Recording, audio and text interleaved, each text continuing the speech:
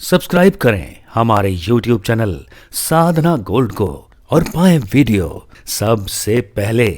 और हाँ, bell icon दबाना ना भूलें। कल का आदमी लघु शंका करने जाता है तो कुल्ला भी नहीं करता, पांव हाथ में नहीं धुलता,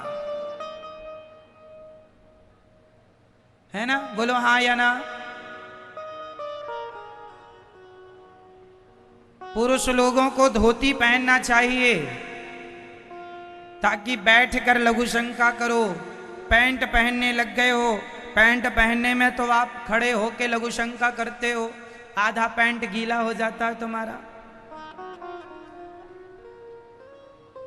तुम्हारे पैंट में तुम्हारे लघु शंका गिर गई, बाथरूम गिर गई, तुम्हारा पैंट, तुम्हारा शरीर अशुद्ध हो गया।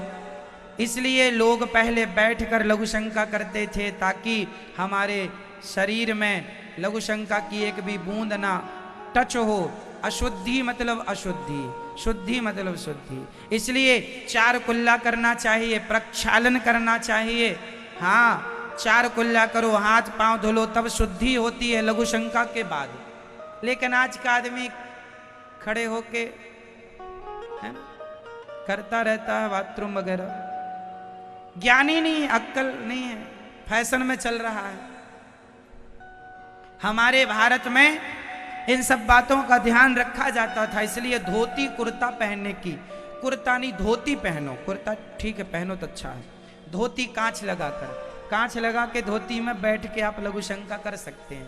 पैंट में संभव नहीं है। क्यों जी? सही है। इसलिए हमारे दादा परदादा पैंट पहनते थे कि धोती? बोलो तो आप काहे नहीं पहनते?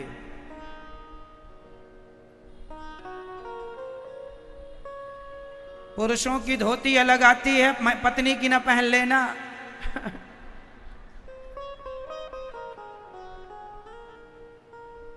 नहीं, कल पत्नी की पहन के आ जाओ, आपने कहा था धोती। पत्नी की धोती अलग होती है, स्त्रियों वाली, उसको साड़ी कहते हैं, धोती कहते हैं, ठीक है। पर जो पुरुष लोग पहनते हैं उसे भी धोती बोलते हैं। उस धोती वो अलग होती है पुरुषों वाली, समझ रहे हो आप लोग? बदल ना जाए। तो पुरुषों को धोती पहनना चाहिए, लघु शंका के बाद चार कुल्ला सबको करना चाहिए। जैसी राखे शुद्धि वैसी बने। आज आदमी यहीं से तो खिसक रहा है, क्योंकि शुद्धि गई तो बुद्धि गई। और जैसी शुद्धि, शौच करने के बाद स्नान करना चाहिए। शौच के बाद क्या करना चाहिए? आप में से कितने लोग, सच्ची बताना, शौच के बाद कितने लोग नहाते हैं? 2 बार जाएंगे तो 2 बार, 4 बार जाएंगे 4 बार। कौन कौन नहाता? हाथ उठा के बताओ। आप लोग नहीं नहाते? आप जी नहाते हो नहीं? अशुद्ध ही रहते हो 24 घंटे, हर समय अशुद्ध। एक बार नहा लिया महाराज, अब 4 बार जाएं हम, 10 बार जाएं, हम नहीं नहाएंगे, हाथ धो लिया बस।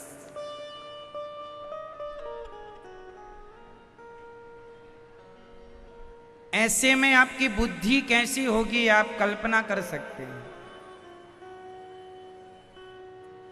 अशुद्ध है आदमी, कुत्ता बैठता है तो पूंछ से साफ कर लेता है तब बैठता है। जिस हृदय में भगवान को बिठाना हो वो हृदय कितना शुद्ध होना चाहिए, जरा इस पर विचार कर लो। भगवान को बिठाना है, हमारे अंदर भगवान है, इस जिम्मेदारी से हम शुद्ध रहें कि हमारे भीतर भगवान बैठे। नहाएंगे हम 12 महीने 2 बार नहाते हैं, बल्कि 3 बार। जितना आप स्नान कर लें अच्छा है, शुद्ध रहेंगे आप। सवेरे भी हम स्नान करते हैं, कथा में आने से पहले भी स्नान करते हैं, और रात्रि को सोने से पहले भी स्नान करते हैं। कई लोग तो नहाने में बड़ा आलस, अरे महाराज जी आलस से बार बार नहाए। इतना आदमी गंधाता रहता है, तुम अपना शरीर ही साफ रख लो भैया। शुद्धि का ख्याल ही नहीं है।